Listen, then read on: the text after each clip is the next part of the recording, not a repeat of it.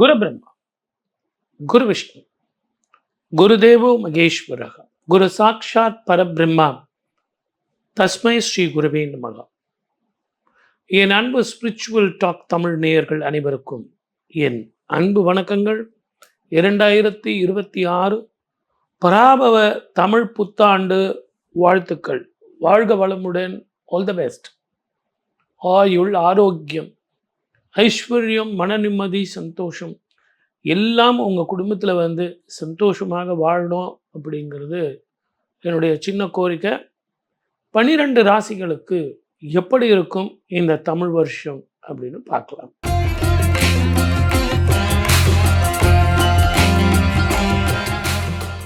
ரிஷப ராசி நேயர்களுக்கு 2026 பராபவ தமிழ் வருஷம் எப்படி இருக்கும்? முதல்ல நல்ல வேலை கிடைக்கும். ரெக்கக்னிஷன் இல்லாதவங்க உங்களுக்கு சந்தேகம் தானே, கிடைக்குமா கிடைக்காதா, வெளிநாட்டுக்கு போகலாமா போகக்கூடாதா, இங்கேயே நான் படிக்கட்டுமா, இங்கேயே நான் என்னை எக்யூப் பண்ணிக்கிட்டு இங்கே ட்ரை பண்ணட்டுமா, அட்லீஸ்ட் பெங்களூர் போகிறேன் சார், மைசூர் போகிறேன், ஹைதராபாத் போகிறேன், தாராளமாக போகலாம். இப்போ உங்களுக்கு ஆப்பர்ச்சுனிட்டி கிடைக்கும். வெளிநாட்டில் போய் படிக்கிறவங்களுக்கு எனக்கு பேங்க் லோன் கிடைக்குமா, அதே மாதிரி நான் அங்கே போய் படித்தா எனக்கு வேலை கிடைக்குமா, 1008 கேள்வி நீங்கள் எழுதி வச்சுட்ருக்கீங்க. ஜோதிடர்களை பார்த்தா இந்த கேள்வியெலாம் கேட்கணும் அப்படின்னு. அந்த கேள்விக்கெல்லாம் இந்த நிகழ்ச்சியில் நான் உங்களுக்கு பதில் சொல்கிறேன். திருமணம் நடக்குமா, கெட்டி மேளம் கொட்டுமா, குழந்தை பாக்கியம் எனக்கு ஏற்கனவே கல்யாணம் ஆகிடுச்சு, இல்லாமல் கஷ்டப்பட்டுக்கிட்டு இருக்கேன், நானும் வீடு வாங்கலாமேன்னு பார்க்குறேன் சார், ஒரு நல்ல வீடு கிடைக்க மாட்டேங்குது. நியூமராலஜி நல்லா இருந்தால் வீடு நல்லா இல்லை, வீடு நல்லா இருந்து நியூமராலஜி நல்லா இருந்தால் டாக்குமெண்ட்டு டபுள் டாக்குமெண்ட்டாக இருக்குது. இது 3 நல்லா இருந்தால் விலை பயங்கரமாக இருக்குது, என்னால் ஸ்திர சொத்துக்கள் சேரவே முடியல. 2வது, நான் இப்போ கடன் வாங்கி தான் வீடு வாங்கணும், பேங்க் லோன் வாங்கி. இப்போ எல்லாருமே கடன் வாங்கி தான் வீடு வாங்குறாங்க. யாரும் கையில் பணம் வச்சுக்கிட்டு வாங்கிறது கிடையாது. அப்போ இந்த பேங்க் லோன் வாங்கினா நான் இஎம்ஐ கட்ட முடியுமா அப்படின்னா கட்டலாம். எதிர்காலம் உங்களுக்கு எப்படி இருக்குது அப்படின்னா, ஊரை விட்டு ஊர் போகிறதோ, இடம் விட்டு இடம் போகிறதோ, நாடு விட்டு நாடு போகிறதோ அற்புதமான பலனை கொடுக்கும்.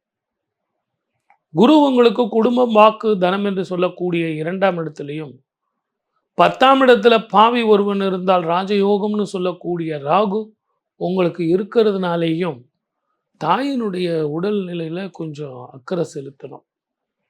இந்த சனி செவ்வாய் இருக்கும் காலத்தில் பயணத்தில், அதுவும் ராத்திரியில் நான் வெளியே போகிறேன் சார் அப்படிங்கிறத கொஞ்சம் நீங்கள் அவாய்ட் பண்ணுறது நல்லது. அதே மாதிரி நான் டூர் போகிறேன், போட்டிங் போகிறேன் சார், தனியாக போட்டிங் போகிறேன், நானே ரோவ் பண்ணிக்கிறேன் அப்படின்றதெல்லாம் கொஞ்சம் அவாய்ட் பண்ணுறது நல்லது. சனியும் செவ்வாயும் இருக்கும் காலங்கத்தில் நீரினாலும் நெருப்பினாலும் பிரச்சனைகள் வரும் அப்படிங்கிறது தெரியுது. குளிச்சுட்டு நான் வந்தேன் சார், நானே கீசர் ஆஃப் பண்ணுறேன் அப்படின்னா அந்த நீர் இருக்கிறதுனால பிரச்சனை. இவ்வளோ நாள் நான் ஆஃப் பண்ணேன் சார், இப்போ தான் விறுவிறுங்குது அது அப்படின்னா காலங்கள் சரி கிடையாது. ஆகவே கவனமாக இருக்க வேண்டிய காலம். உங்களுக்கு ஒரு முறை திருச்செந்தூர் அப்படிங்கிற முருகன் கோவிலுக்கு போயிட்டு வாங்க.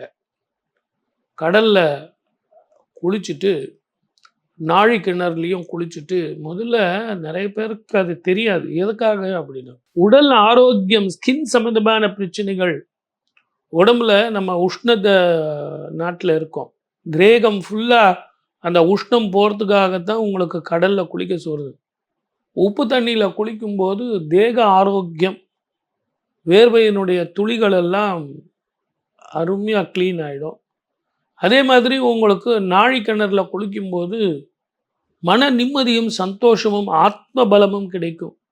இதை எல்லாத்தையும் நம்ம சேகரிச்சுக்கிட்டு நேராக முருகனை போய் பார்த்தோம்னா, வெற்றிவேல் வீரவேல் ஞானவேல் வெற்றி தரும் வீரவேல் அங்கே இருக்கிறதுனால உத்தியோக உயர்வு, நல்ல வருமானம், தொழிலில் நல்ல வருமானம், ஷேர் மார்க்கெட்டில் ஓரளவுக்கு ₹1 கிடைச்சா அதோடு விட்டுட்டு வந்துடுங்க.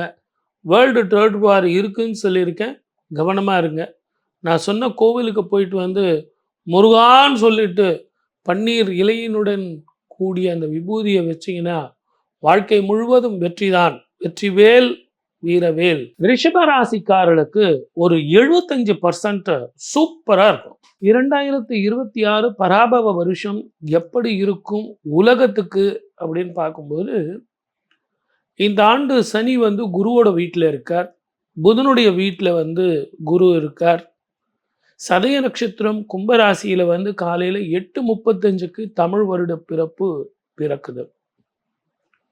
பிறக்கும் பொழுதே ராகு மகாதிசை இருக்குங்கிறது உங்களுக்கு நல்லா தெரியும். அதே நேரத்தில் அவர் பிறக்கும் அந்த நட்சத்திரம் ராசி கும்பராசியிலேயே ராகு உட்கார்ந்துக்கிட்டு இருக்கார்.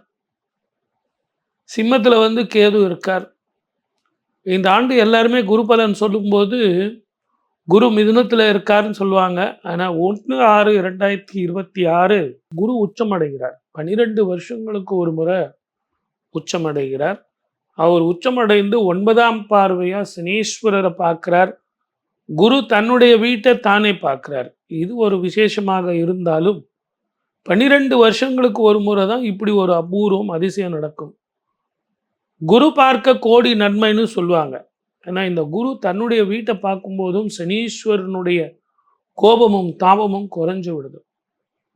இதை எல்லாத்த விட இந்த பராபவ வருடம் குரு தான் அரசனாக வருகிறான். தளபதியாக வருவது செவ்வாய். இது உல்டாவா வந்திருந்தா இன்னும் கொஞ்சம் வேற மாதிரி இருந்திருக்கும்.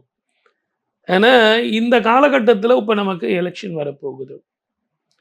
இந்த பொதுப்படையான கிரகஸ்தனுடைய ஸ்திதி நான் எதுக்கு சொன்னேன் அப்படின்னு கேட்டிங்கன்னா, நம்ம ஜாக்கிரதையாக இருக்கணும் அப்படின்றதுக்காக தான்.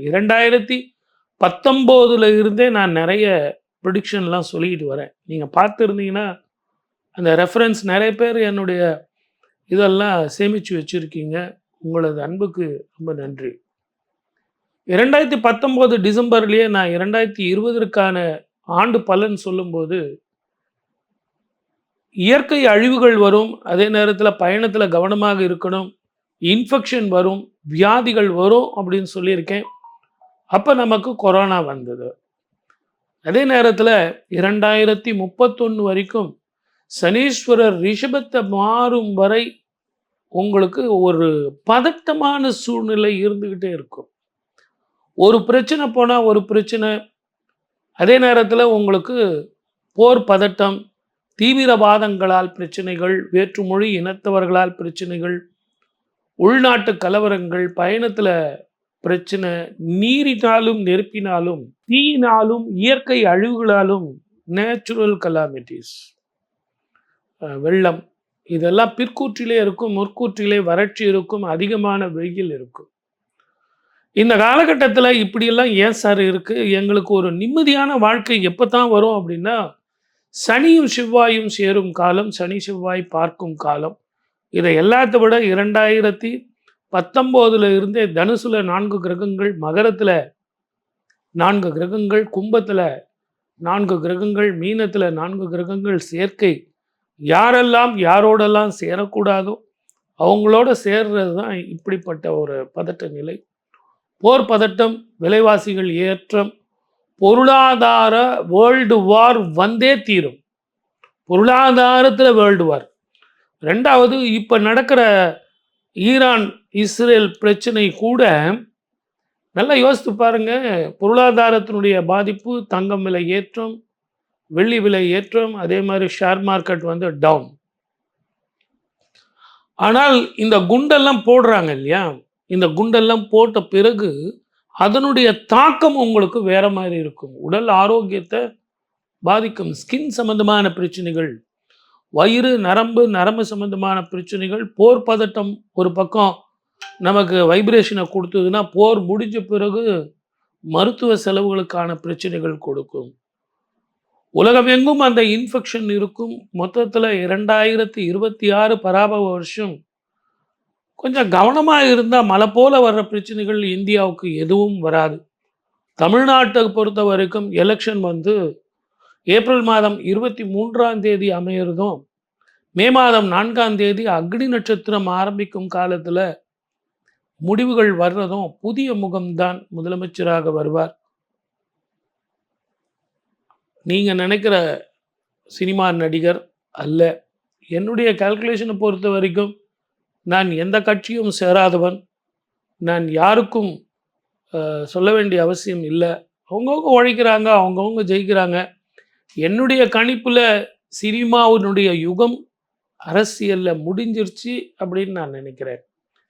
அதே நேரத்தில் தெரிந்த புதுமுகம் உங்களுக்கு புதிய முகம் முதலமைச்சராக வருவார் அப்படிங்கிறது என்னுடைய கணிப்பு.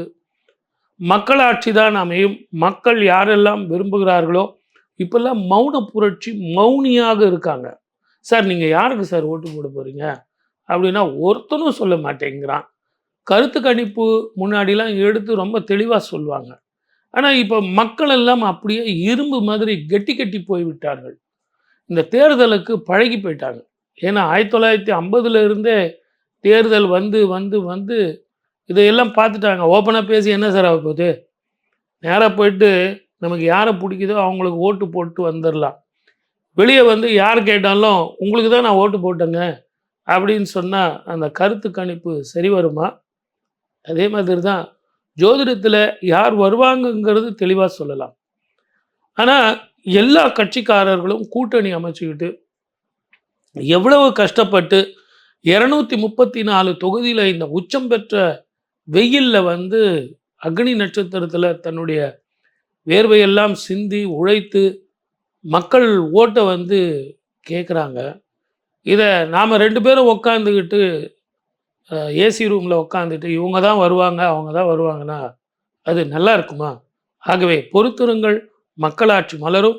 மே 4ஆம் தேதி வரை எது எப்படி இருந்தாலும் வாழ்க்கை சந்தோஷமாக இருக்கணும். வாழ்க வளமுடன். All the best. 12 ராசிக்காரர்களுக்கு பலன்களும் பரிகாரங்களும் சொல்லியிருக்கேன். அந்தந்த ராசிக்கு உண்டான பலன்கள் 100க்கு எவ்வளோ மார்க் சார் எடுக்கலாம் அப்படிங்கிறதும் ஒரு இன்ஸ்டன்ட் ஃபுட்டு மாதிரி உங்களுக்கு கொடுத்துருக்கேன். சார் ஜோதிடங்கிறது என்ன சார்? நல்ல ஞாபகம் வச்சுங்க. என்னதான் கிரகங்கள் நமக்கு பிரச்சனையாக இருந்தாலும் எந்த கட்டத்தில் நம்ம தப்பிக்கலாம்?